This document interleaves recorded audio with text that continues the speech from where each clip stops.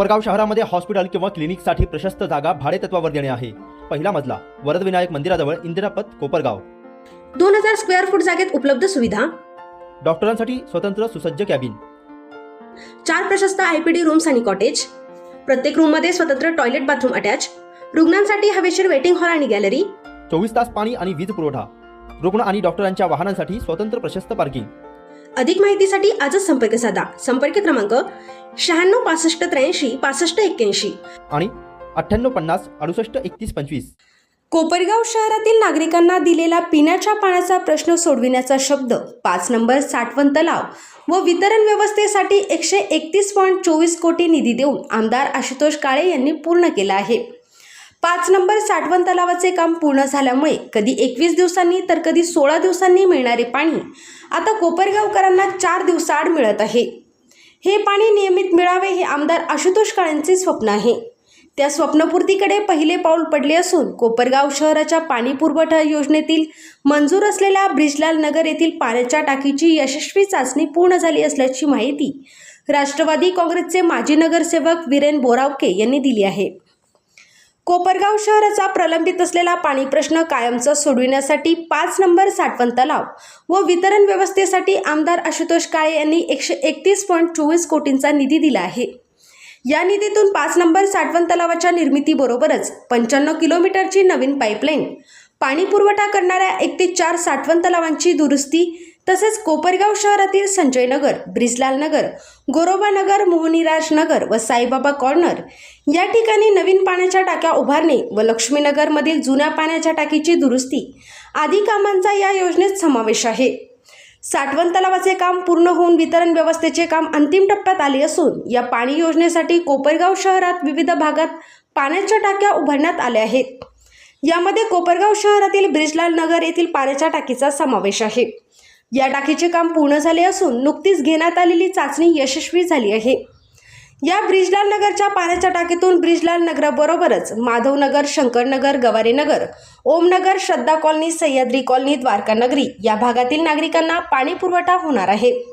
त्यामुळे वितरण व्यवस्थेच्या दृष्टीने ही अत्यंत महत्त्वाची बाब असून लवकरच नागरिकांना नियमित पाणी पुरवठा होण्यास मदत होणार असल्याचे राष्ट्रवादी काँग्रेसचे माजी गटनेते व नगरसेवक वीरेन बोरावके यांनी म्हटले आहे। महात्मा फुले जयंतीनिमित्त त्यांना अभिवादन करतो। डॉक्टर बाबासाहेब आंबेडकर यांच्या जयंतीनिमित्त त्यांना सुद्धा अभिवादन करतो।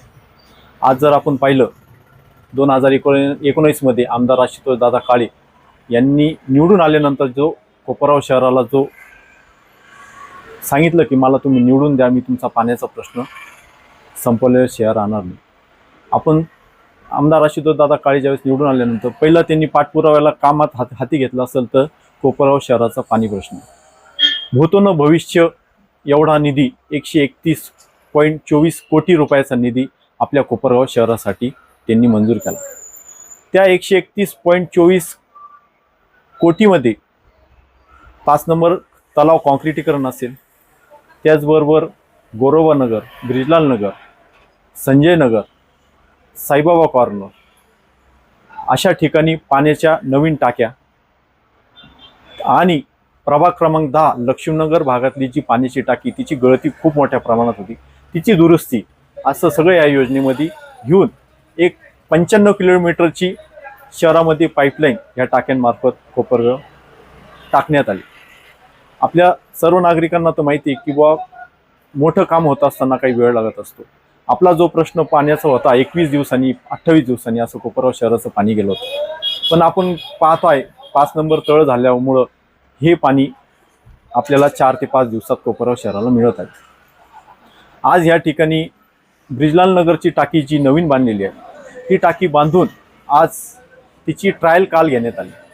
त्या ट्रायल घेतल्यानंतर यशस्वीरित्या तिची ट्रायल झालेली आहे आणि त्या ट्रायलमध्ये आणि त्या टाकी जी बांधली त्यामध्ये त्या श्रद्धानगरीचा भाग असेल, जैन मंदिर असेल, ब्रिजलाल नगर असेल, आढाव वस्ती असेल, त्याचबरोबर गवारे नगर असेल, अशा विविध ठिकाणी त्या ब्रिजलाल नगरच्या टाकीतून पाणी सर्व नागरिकांना जाणार आहे आणि ते पाणी एक टायमालाच म्हणजे सर्वांचं एवढं पाणी एका टायमालाच आपल्याला सोडण्यात येऊन तो टाईम वाचणार आहे। असा टाईम वाचून आपलं आमदार आशुतोष दादा काळे यांचं जे व्हिजन आहे की बुवा वाढत्या लोकसंख्येमुळं कोपरगाव शहराला पाणी कमी पडणार आहे, तर आपल्याला हे तळे बांधून कोपरगाव शहराला कसं पाणी मिळेल आणि टाईम कसा कमी झाल्यानंतर कोपरगाव शहरामध्ये तो 1 ते 2 दिवसामध्ये कसा पाणी पुरवठा होईल हे दादांचं विजन आहे. ह्या योजनेमध्ये आपण जर पाहिलं 1 ते 4 नंबर जे तलाव आहेत त्याची दुरुस्ती खोदाई करून दुरुस्ती करून त्यासुद्धा पाणी साठा आपल्याला करता येईल. पण आमदार आशुतोष दादा काळे यांनी नगरपालिकेला प्रस्ताव पाठवला की बुवा 1 ते जे 4 तलाव आहेत त्याचा काँक्रिटीकरणाचा प्रस्ताव लवकरात लवकर तयार करावा, जेणेकरून भविष्याच्या 50 वर्षासाठी जो कोपरगावचा पाण्याचा प्रश्न आहे हा पूर्णपणे मिटून जाईल. आणि ज्या राहिलेल्या ज्या नवीन टाक्या बांधलेल्या आहेत ह्या योजनेमार्फत ह्या लवकरात लवकर ह्यांच्या क्रॉसिंग असेल, पाईपलाईनच्या जॉईन करायच्या काही ठिकाणी राहिल्या असेल, लवकरात लवकर करून ही योजना नगरपालिकेने ह्या ज्या पाईपलाईन टाकलेल्या योजनेतल्या ह्याच्यावरचे जे नागरिकांचे कनेक्शन असतील ह्याच्यावर ट्रान्सफर करून हा आपल्याला आपण जर पाहिलं कोपरगावचा पाणी पुरवठा व्हायला 4 ते 5 दिवस लागतात, कारण भाग मोठे, डिवायडेशन खूप मोठ्या प्रमाणात वॉल असल्यामुळं हा पाणी पुरवठा आपल्याला कमी करता येत नाही. ह्या टाक्या आणि ह्या योजनेच्या पाईपलाईननी पाणी चालू झाल्यानंतर नक्कीच 1 ते 2 दिवसात आपल्याला पाणी कोपरगाव शहराला राहील.